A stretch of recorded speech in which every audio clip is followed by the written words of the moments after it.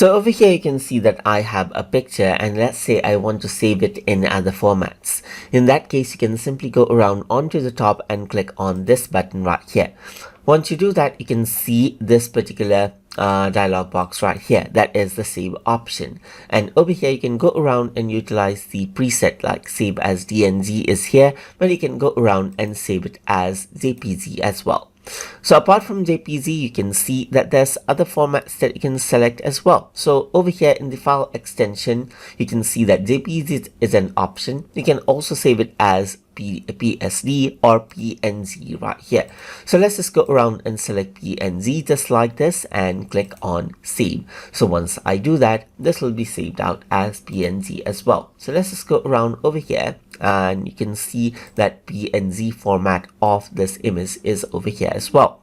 So with the PNG, you cannot open it with Camera RAW. You only can open up JPG or DNG files with Camera RAW. So you can simply go around over here, open it out, and save it out to other format as you like, just by using the same process. And that is how you can save out images in various image formats as you like inside of Adobe Camera RAW. So hope you guys learned something as always, and as always, please like, comment, share, and subscribe.